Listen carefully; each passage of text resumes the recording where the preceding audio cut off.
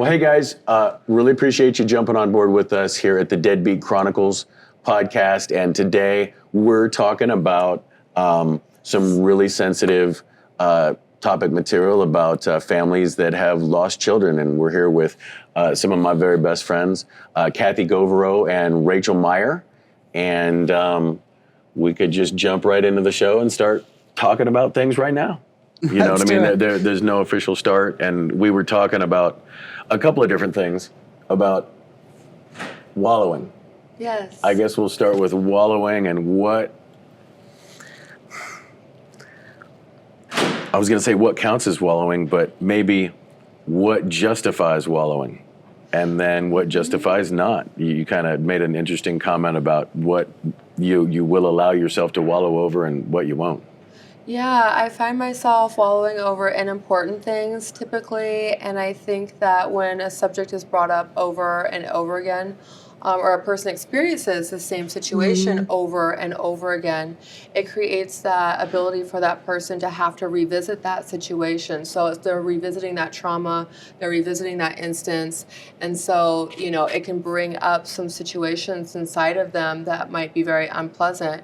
And I think with me, with wallowing, it would be just wanting to be heard, or wanting to be like, you were saying acknowledged or understood would be a very important term for that person to start that healing process or continue in that healing process.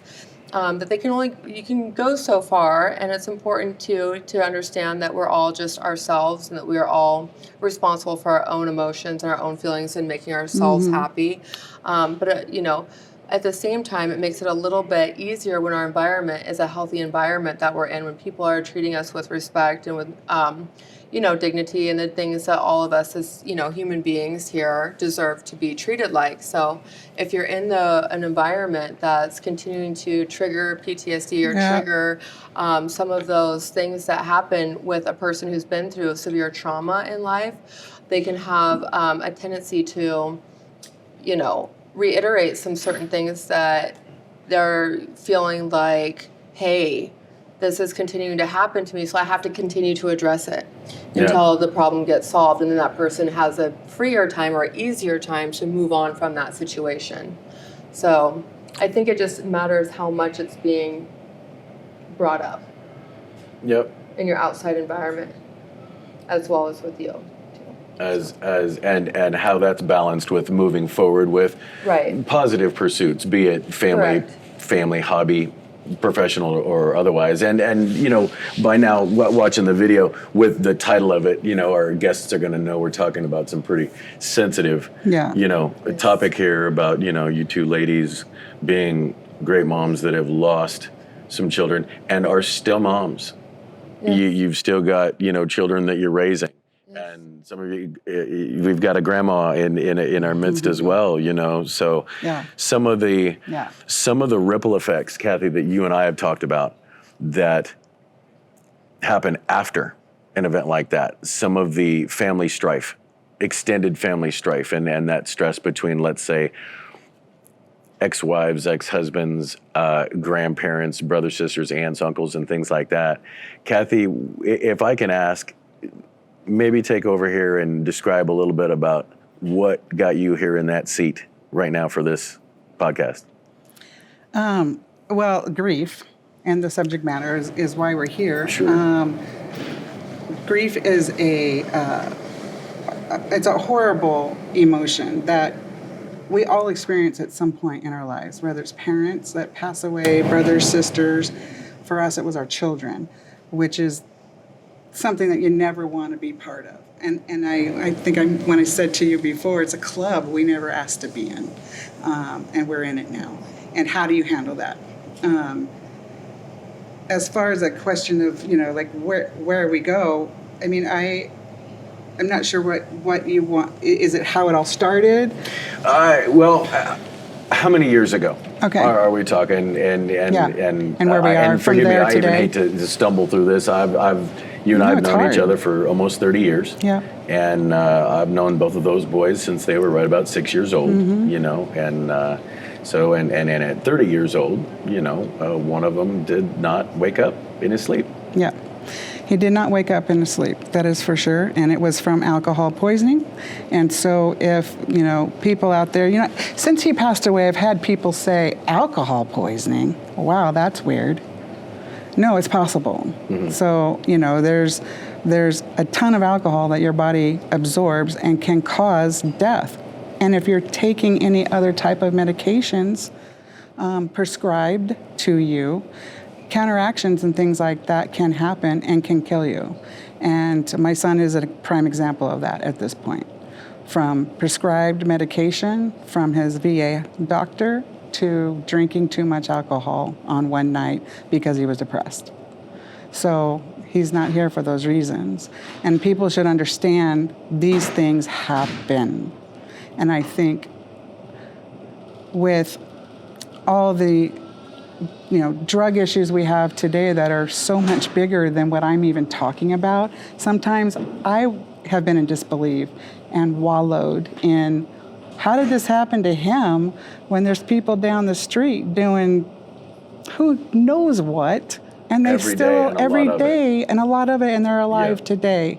And for him, he's gone for things that were prescribed, alcohol, it's hard to think about that sometimes, and that's where you get wallowed, where I get wallowed in sometimes. And so, Now, with the way that you're sitting here right now and discussing this was not the case year one, year two, the years following that. So what'd you do to get here? And I know that's a very broad question, and I know some days there's got to be good days and bad. But over the last year and a half, every single conversation you and I have had has been pretty darn uplifting and positive and strong. You've had a few bad days in there, I think, maybe on some natural holidays, and we just got past Mother's Day. Yeah. So you had and his birthday. And Austin's birthday. So you had a great day with Mitchell Yep. and Emily Yep. and the grandbabies. Yep. So, but I know, again, that's a very broad question to ask, but what are some of the things that you did to get back on top? Sure. So year one of the death of your child, I'm sure you will agree with this, it's you're in the toilet, you're on the floor, you're buried you're just buried. You're buried in so much sadness, madness, like confusion. You can't function. You literally don't function. I know it was a year for me until Mitchell, his twin brother, said to me, "Mom, you have to get up. There's me and my sister. You have to help us. We need you." And as a mom, those are the magic words. You're needed. We need you. You're needed. You're needed. And so those magic words kind of went like, okay, I got this. You need me. So the turning point kind of happened about that point, because I was ignoring everybody else's grief because I couldn't deal with my own. And so I started reading a lot of books about it, how to get up, looking at videos, just random stuff to try to bring my spirit into a different place. Just all kinds of just things, meditation, just breathing. I mean, there's so many things that you do to try to take your mind off of the death, the loss, he's gone, like never, he's gone.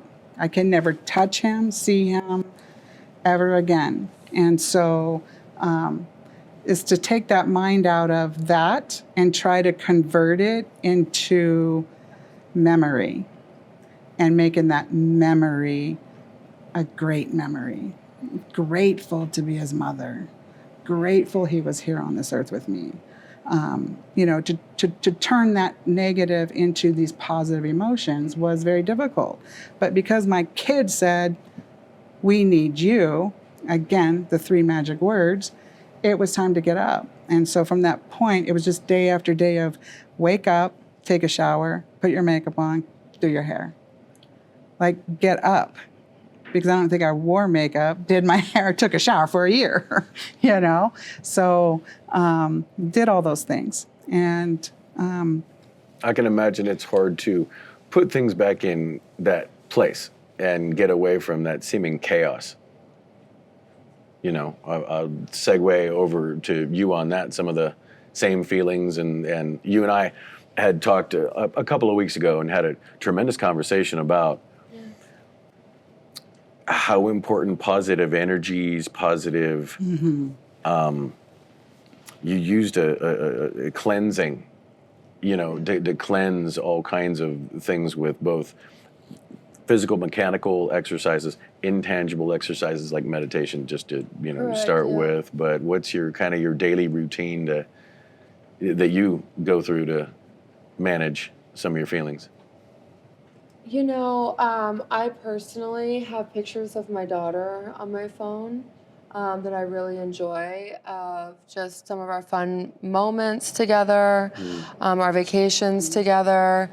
I really, you know, honor her life. So some of the things that I do is I'll, you know, use certain catchphrases that she had, or certain inflections of tone that she would have said something in, or certain memes or responses to people. I'll use certain things sometimes that she would have used. And it just kind of holds that bond, you know, together with her.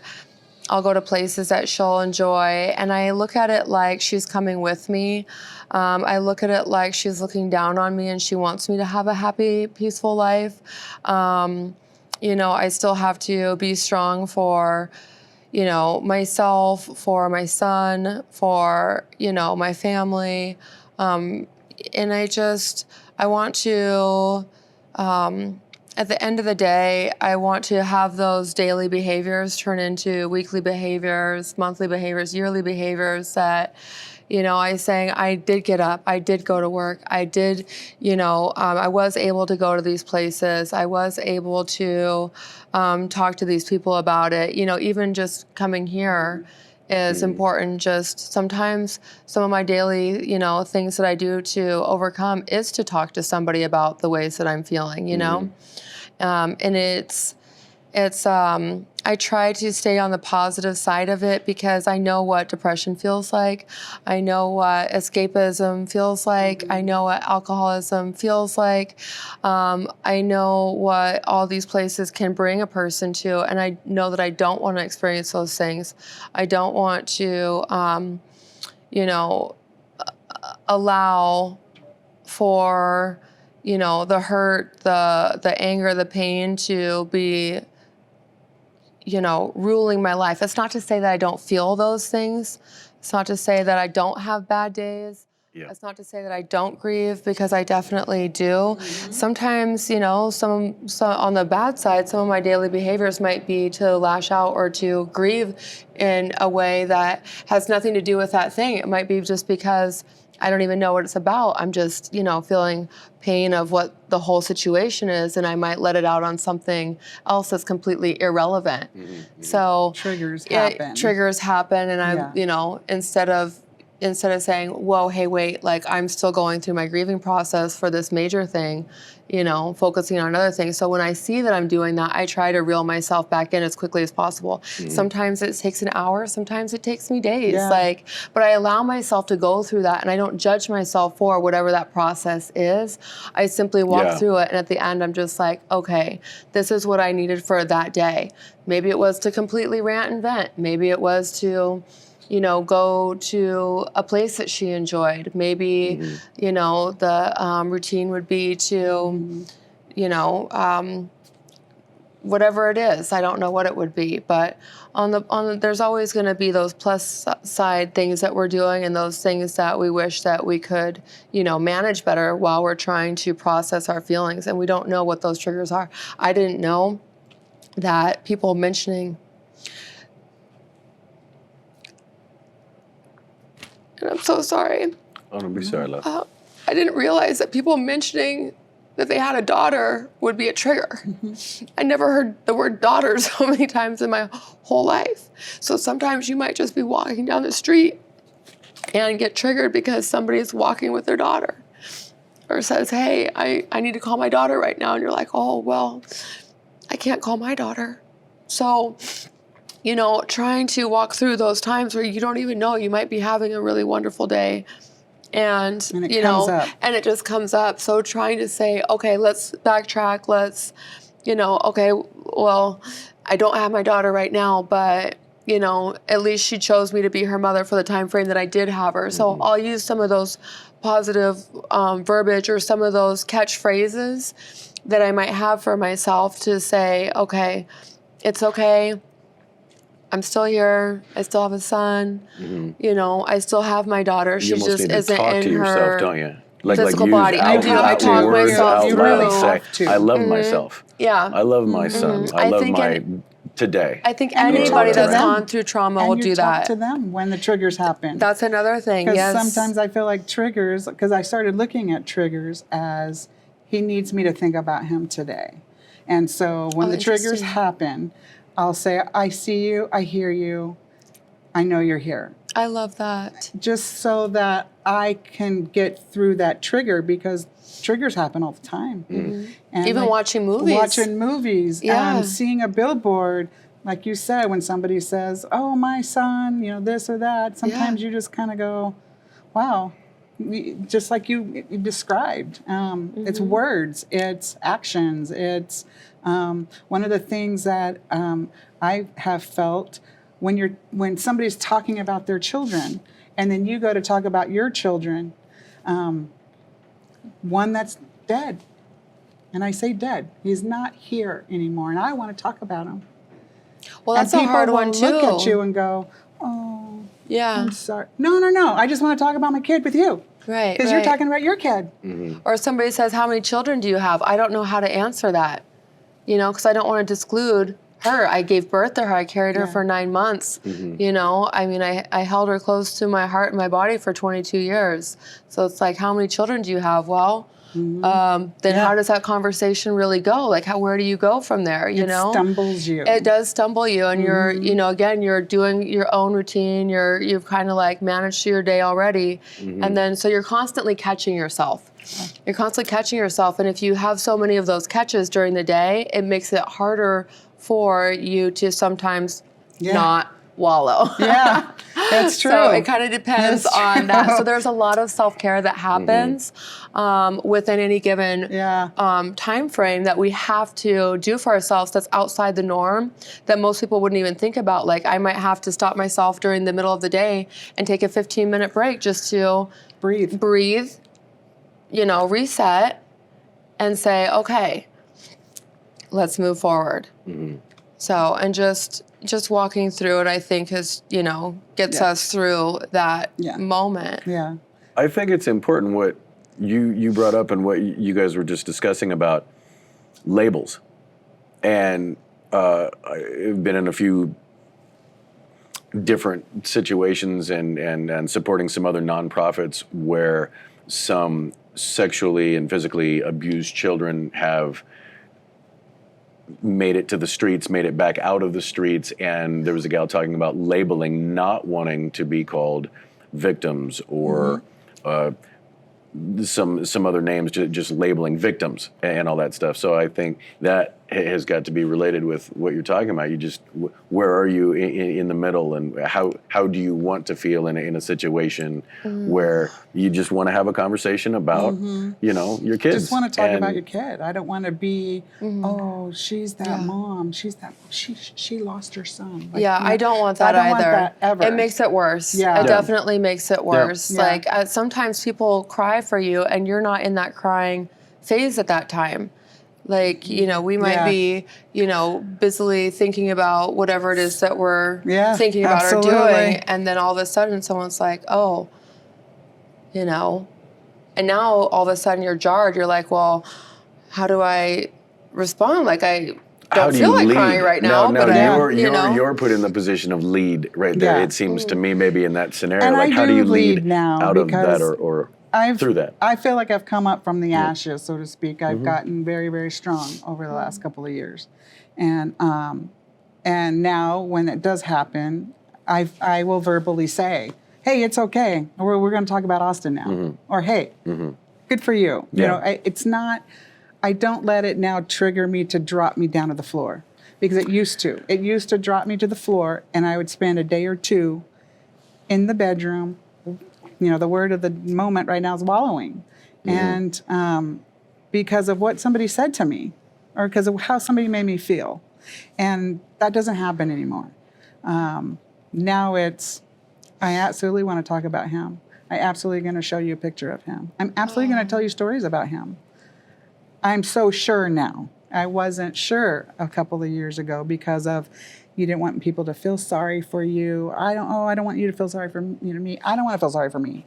You know, there's just such a plethora of emotions that happen with the loss of your child that some of it doesn't even make sense to you. And it's certainly not going to make sense to somebody that hasn't gone through it. And so as she's describing so many things, like it's really that. It's everything in this big giant box that all of a sudden one day it's just torn out all over the floor and you've got to put it all back in so that you can function. Yeah. And so it's, and it doesn't go away. It gets a little easier. Each year that goes by, it's gotten easier. Yeah.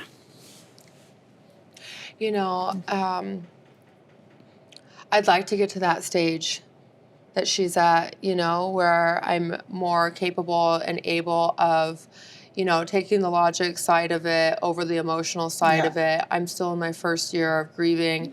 I think that I spent most of the first few months just being in shock. Yeah. So lately I've noticed, like this past month, I've really noticed that I'm really starting to truly grieve. Takes a while. So, you know, I'm even now it's, you know, I'm getting choked up. Like I would like to right now even just be like, you know, hey, I know. you know, and get through this without some tissues. But, you know, I definitely would like to get to that point where even, you know, the triggers are less. I'm able to overcome them faster, easier. Stay in the more positive side of the moments, you know, on my own time. Like it's easier for me to stay in the positive moments when I'm around other people and things like that. And that's key, is surrounding yourself around those who well, being busy at work is a love huge you. thing for me. Yeah. It's a huge thing for me because I don't have family out here. So, you know, I really view my work as my passion. I really view what I do as I kind of really encompass my clients as being a part of my life, a part of my family. I know that that's holding way too much responsibility on outside people that don't, you know, necessarily know me so much. But it's for the purpose of now. It's, you know, for right now, for me, that's my 100%. greatest support, you know, and I need that. Absolutely. Being busy, you know, it's important. Community support is important. So a lot of these things are environment that we're around and how we're being treated and how, you know, what kind of fields, energy fields that are surrounding themselves with us in our own energy field is of the utmost importance to helping somebody walk through their trauma and their grief and to helping that own person walk through their own trauma and grief. So I try to keep myself in those positive situations. And you mentioned community. Maybe, it's so important. Maybe I don't, just using that cliche, giving back, you know, to the community it's so important. One way or another, but being involved in a place of service has it's got so to be a place of healing also. And what's crazy about it is when Austin passed away, we had moved to California. We were there a year. I didn't know anybody where we were living when it happened. My whole source was basically Colorado and Vegas.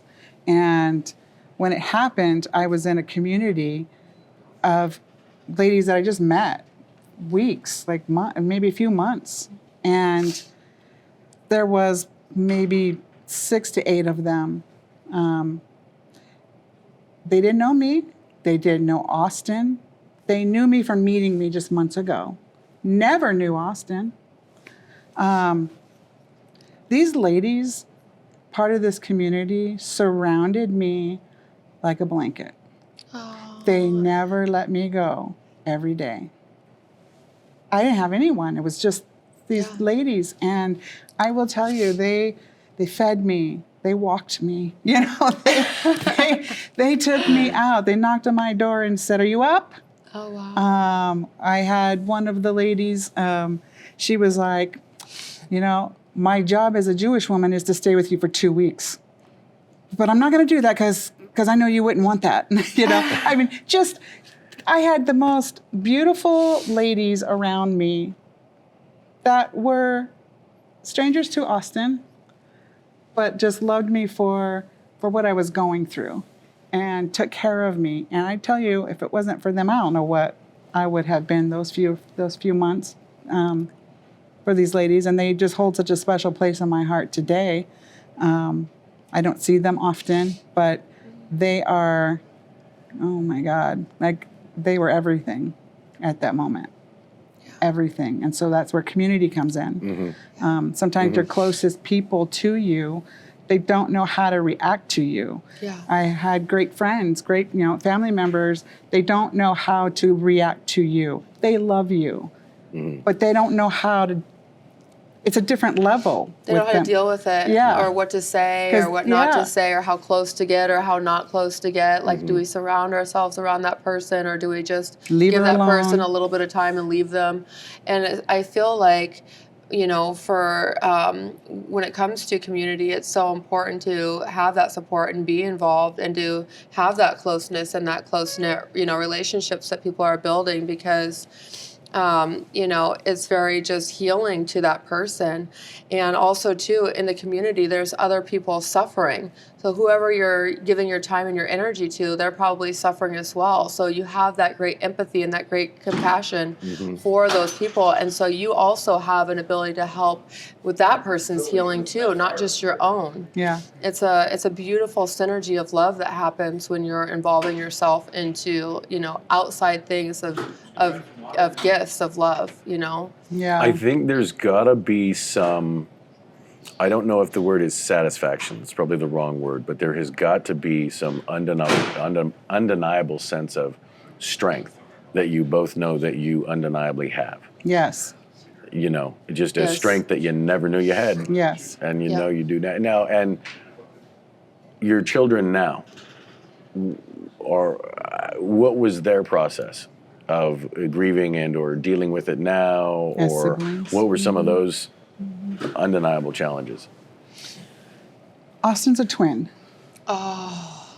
So it has been the same, if not worse, process for him. He still grieves very much to this day, has very much. Because he lost his right arm, he always says. I lost me. I lost a piece of me. He doesn't have his half anymore. And so it's been very, very tough on him to this day. Our daughter, Who's a little bit younger. Who's a little bit younger. Yeah. She's 7 years younger than Austin. And it tore her to pieces. She watched her brother go away. She watched her other brother suffer. She watched her mother suffer. She's such a strong being that I almost felt like she wasn't grieving properly because she was trying to take care of all of us emotionally and being there. Don't worry, I got you. That kind of, because that's who she is. Yeah. And so, sometimes I worried about that because I wasn't sure she was grieving in a way that would help her. And she, I felt like I wanted to go, I need you, you need me. Let's get you on the grief path and get you going too. And she's a recent mom now. And she's a recent mom the now. past 4 months. Yep. 6 months. 4 5 months. months. 5 months. Yeah. Brand new herself. Yeah. So she's a mommy now, and so she sees things differently now as a mom. So, Mitchell's a dad, and so he's got little kids too that, he sees. I think that's why he saw how I was not reacting, to them when Austin passed away, because he's a dad now. He knows that, if something ever happened to his children, he don't know what he would do. Mm-hmm. And so he understands that now. And Austin has his daughter in Utah? In another state, yep. In Utah. another state, and that is stressed. It's very stressed. As you've told Yeah. me, there's somebody on the other side of Austin's relationship, the mother, who's not playing nice. Austin's only bloodline is my granddaughter out in Utah, and it's the only thing we have left of him. And she chose a route of not allowing the family to have a relationship with her after everything was over. And so, due to, as you know, when people pass, their children pass away, people come out of the woodworks and things are said. People think they own something. People, people go crazy when people pass away. Not just in children, but in families. And so she decided to, go off the hinges a little bit and be accusatory of things. And like when your child dies, you're kind of in a place of you don't even know what's going on anymore. You don't know how to handle things. Austin didn't have a will in place. So now we have to go based on what do we do? What would he like? What would be the best thing for him? Let's figure this all out as a family. And when you're figuring things out as a family, there might be a few people in there that's going to be emotional, of course, upset, those type of things. But we had a situation where it became, we're not going to let anybody in your family see her after this is over. And so we haven't seen her. Luckily, my other son gets photographs of her in a text that we get. So I'm watching her grow in photos. Would love to see her again. Yeah. But, we've been out there several times too, because he's buried in Utah. We've gone out there several times to go out, it's far. So when we go, it's a trip. And we'll text her and say, we're in town. We get nothing, no response. So it's been a difficult process for that. So you have to grieve that too. So you grieve that child because she's a loss. The loss of the family structure and the family dynamic and how is that all relating. Yeah. And I have, mine is in a different state as well. And So it makes and it how very, old is he? very hard. He's 19. He's 19 now. And so, he's already grieving the feeling of loss, the Yeah. loss of even his mother, just for the simple fact that I'm in a different state than he is, the loss of his sister. Yeah, And then, absolutely. I feel a loss because I can't hold my child who's grieving, all the time that I want to be there for him. And, it's visiting the gravesite, I have to travel to go there. I wasn't there when it happened, so I feel that guilt. Yep. And so I think there's a lot of things that happen in the grief itself, it's not just the death, like she was saying, of the child. It's, it's the dynamics of the how dynamics and, the conversations and the memories. Like, I want to say certain things to my son. I want to say, certain names that I call him, even like Tinny 2. I don't want to say that because the number 1 is gone. So now I have to just say, Tinny. I mean, simple things like that. I know it sounds funny, it's exactly, you're right. It's like, you watch your words now. You have to watch everything. Yeah. You know what I mean? Yeah. Everything is a trigger. It's like everything is sensitive. Everything's sensitive. It's almost like the way the world is now. It's like you say certain words and it's like, whoa, the same thing here. And it's just in a whole different context. Even with the family, even when my mom says, oh, I'm going to call my other daughters or something, I'm like, how dare she? Yeah. How dare she say that she's going to go call her daughters knowing that I don't have my daughters? Yeah. It's like even just little things. It's very, very sensitive in your heart. Very, very much things that you don't even know that you're wanting to do. You can't do anymore. So it is a change of everything. absolute everything. Yeah, and that's what I felt like I grieved twice. You know, I felt like I was grieving twice because I had to grieve her and my son, and so I took the attitude of, okay, well, I'm going to grieve my son. That's what I'm going to do.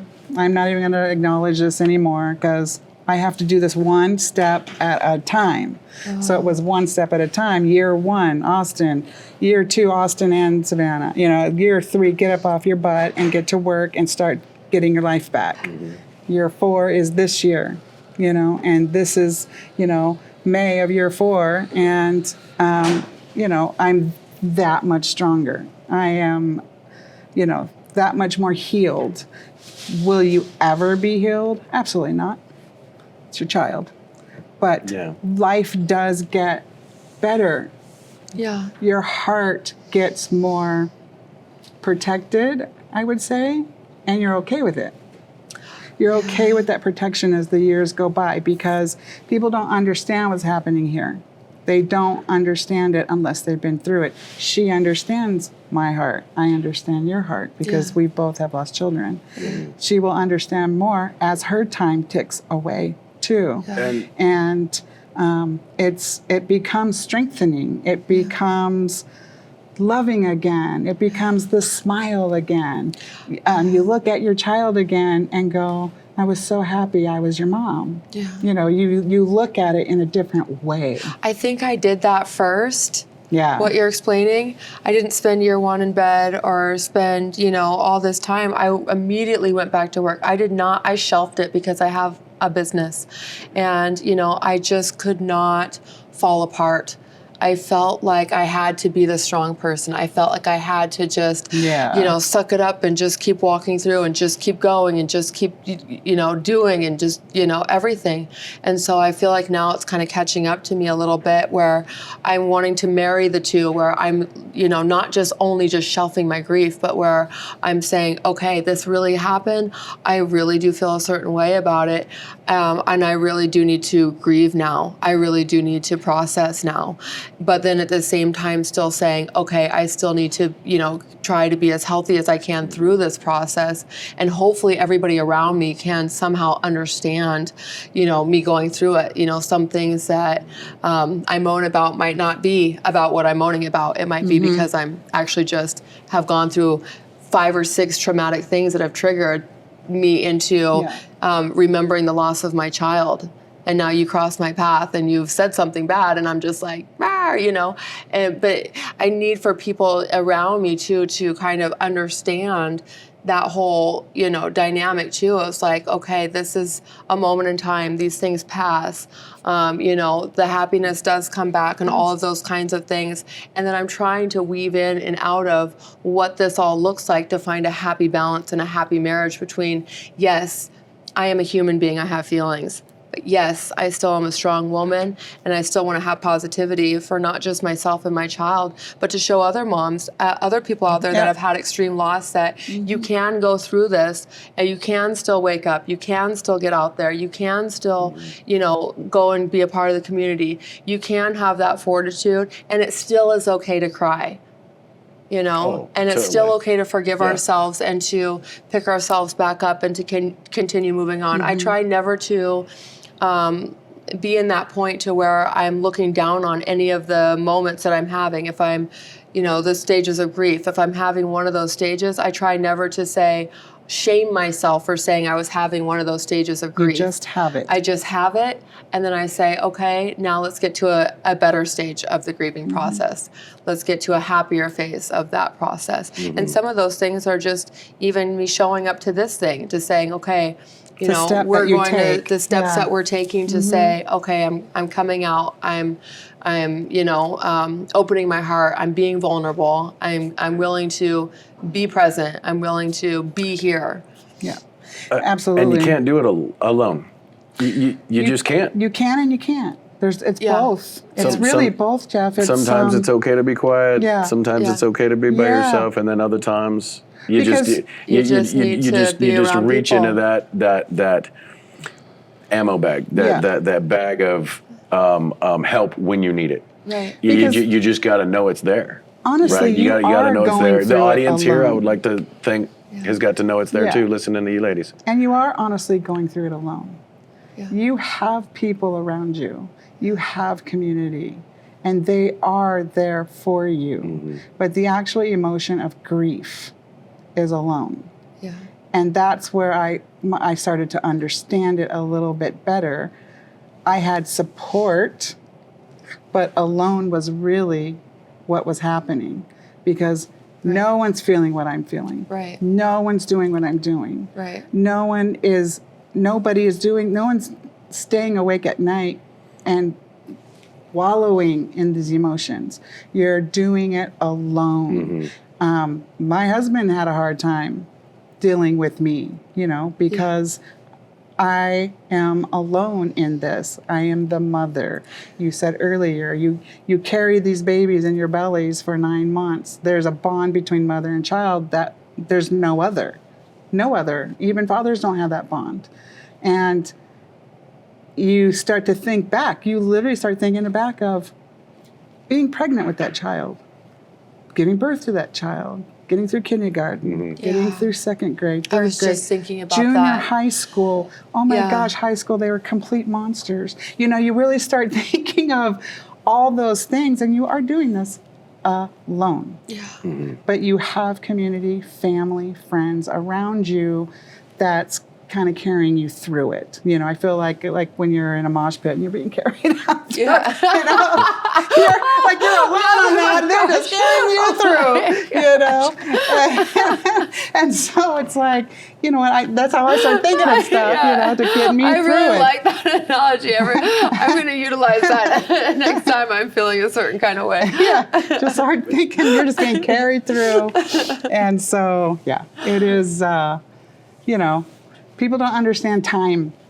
You understand time. People don't understand well, and that. time kind of stops in a sense when something like this has happened, whereas everybody is just like, well, let's just get on and let's just move forward, and can't you just get over that, and can't you just get over this? But Worst thing to say. It is, and it's a lot of different things that we don't even know ourselves. I don't even know what all my triggers are yet.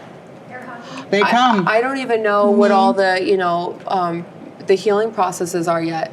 I don't even know all the good and the bad yet. I don't know what next year's even going to look like yet. I don't know what tomorrow's going to look like yet. I mean, I may wake up tomorrow feeling so wonderful and be able to, smell her clothes and, look at her baby book and smile and laugh and giggle. And the same exact things the very next day might have the complete opposite reaction for me. It might throw me into a horrible mood. And now I have to not just wake up and do my day, but I have to wake up and cater to whatever that thing is that's going on. So we have this push and this pull that, that is an alone sense that nobody else will that we can't explain it to somebody else, because by the time that you do that, now you're just, it's almost made the problem bigger to do something like that. So it really truly is you're walking through these moments trying to discern, how do you keep it as positive as possible, be as big of a role model as possible by someone that's had experienced this. For other people, how do you be a good role model to your family, and how do you still have that self-care and that love, and how do you still make that time out for yourself to be okay even? I would think that practice has to be very intentful. Yeah, it is. It does have to be very. It's a very It's a very logical. I'm going to wake up. I'm going to do this. I'm going to. Sometimes I even say I'm going to feel this way today, whether anyone likes it or not, whether I like it or not. I'm going to. Because I'll bet you that's a tough one. I'll bet you that's a tough one. Feeling like this, whether I feel like it or not. Yeah. Sometimes it's always under the skin. It's always under the skin. Yeah. It's always there, and it perks up, here and there, and. You're saying, okay, I'm going to feel this way today because it's there. Right. Even last night, for example, I had a moment where I was lying in bed and I just started crying because of it. And I thought, nope. I literally hold myself. Like, I'm like, nope. I'm not gonna, not right now. Like I just breathe and then I try to change my physical stance. I stand up or I move around or I run back and forth or I go, to the bathroom or I turn some music on or I, take a bath or I go for a walk or I go for a drive. Like I have to change my physical environment sometimes. In the now. Just to say like, oh, okay, I'm still here. I'm still present here. The situation's there too, but I still have to function. Like, I still have to get up, and people expect for you to put a smile on your face. Yes. They expect for you to be happy all the time. If you're not, you're a problem. Or if you're feeling down, you're crazy. Or if you need to talk too much, you're a nuisance. So it's like, you have to get over some of these kinds of things too, to where it's like, having those where not just that you're getting up, but that you're having these, how that healthy energy and that healthy energy coming back to you to helping you walk through this process. It's a very tight rope that people walk on when they've suffered through extreme traumas, and this might not even be our only trauma. Yeah, that's multiple episodes I've got written out in my notes.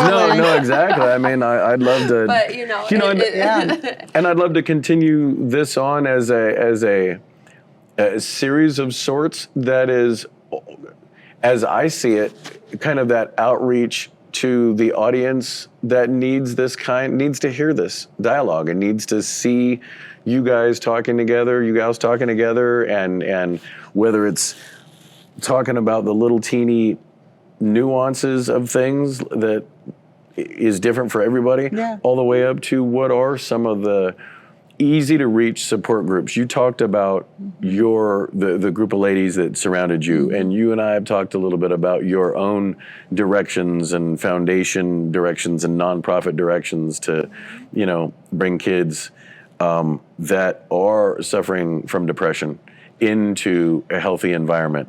Talked about healing and the spirituality and some of the stuff that you do with even your business. And those are some of the really positive things that have been the most tremendous help for me on earth walking through this.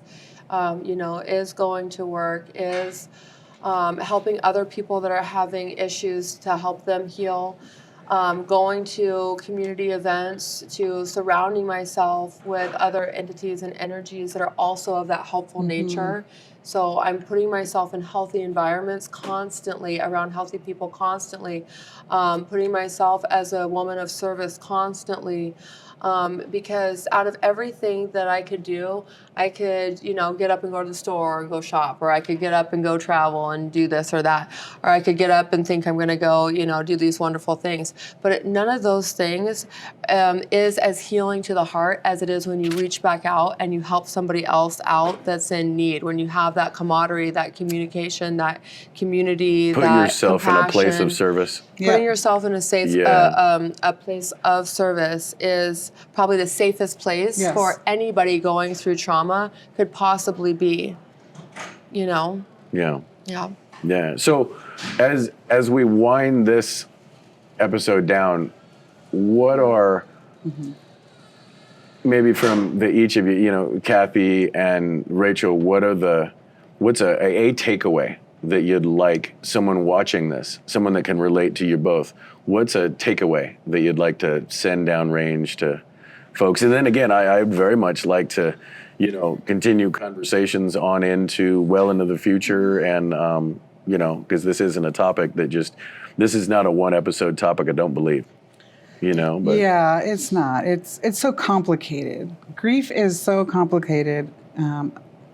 When you lose your child, it's complicated anyway. But when you put it in a child, because the I should die first. The what do you call that? The state is in the wrong place. He shouldn't die before me. I should die before him. And so that's what makes it so complicated. There's this healthy, beautiful young man, and he's gone over alcohol. So I don't know what my takeaway would be other than be gentle with people that are going through grief. don't ask questions like, how long does this last? Like, are you going to get over this? Like, those are the most destructive questions you could ask a person that has lost their child. You know, I don't know, how long would it take for you to get over your child? You know, that's kind of the things that go on in my mind when that has been asked of me. It's been asked of me twice. And I thought, oh, Lord, wow. And it triggers you into, that was used to be one of my triggers. And those 2 times that these people asked me that, it sent me in almost like a 3-day whirlwind. Because it was like, I don't know how long this is going to be, you know? Yeah. You don't know. I still don't know. From what I read, never. But it gets easier from what I know. And I can kind of say that today because I am in 4th year. And 4th year it's gotten a little bit easier. I think of him every day. I have my memorial of him in my home that I see him every morning. Good morning, Austin. You know, good night, Austin. You know, it's just one of those things that it keeps you feeling like I can still talk to him. He's right there. And so, you know, just takeaway is just be gentle with people that have lost children. They're going through more than you even can imagine emotionally and doing everything they can to keep themselves up every single day, get to work every day, go to the grocery store every day, call their friends and laugh every day. I hadn't belly laughed in forever, you know. I haven't belly laughed in forever is what I feel like. And so it's like, I can't wait till I belly laugh one day. Yeah. It hasn't happened yet. And I want to feel that again, you know. And so it's a long process. You know, the time of somebody that has not lost a child, their time, like a year seems a really long time, but to somebody that's lost a child, it's just the very beginning. And so just be gentle and caring and kind to those that you know that have lost children. They're getting through it. They're working through it. Right. No, I you say guys the are both same showing thing. a heck of a lot of strength. Yeah. The both of you, you know, so. Yeah. You find strength you never knew you had. Yeah. And you gain strength that you wished you had. And so you become, you know, you can become a lion. You know, and that's, you know, you become a person so strong that now you're like, anything can hit me. I just went through the worst thing I could ever gone through in my entire life. Yeah. Anything else below seems this, just Everything so else small. is so trivial. it's so trivial. I just wonder, I'm like, well, I don't even know how to respond sometimes to it. Yeah. I think my personal takeaway to tell people is to do everything you possibly can for self-care, everything you possibly can for eating healthy, getting out, working out, surrounding yourself with people in the community, giving back, just really reaching out to people, talking to them when you need to, not hiding, you know, yourself, not being scared to tell people when you're not okay. It's okay to not be okay sometimes. It's okay to be okay sometimes too, because we get both sides of that. Sometimes we're like, well, shoot, you know, should I feel good for a should I minute. even be okay? Like, so it's okay to feel okay. It's okay to not feel okay. You know, and to get up and get out and a big takeaway, something that I really love is thinking that she's watching over me. So I find a lot of inspiration in that she wants me to smile. She wants me to keep living life. She wants me to be okay. She would not want to see me sitting there, you know, year after year, not just giving up hope and giving up faith and all of those things. She wants me to continue on. She wants me to persevere. She wants her brother Austin to be happy and to go through college and to persevere. You know, she wants to see all of that. And so I take her with me You know, I take her with me. So I take her with me to work. Yeah. I take her with me, you know, to the movies. I take her with me like, hey, honey, let's go enjoy this time together. Let's enjoy our lives together.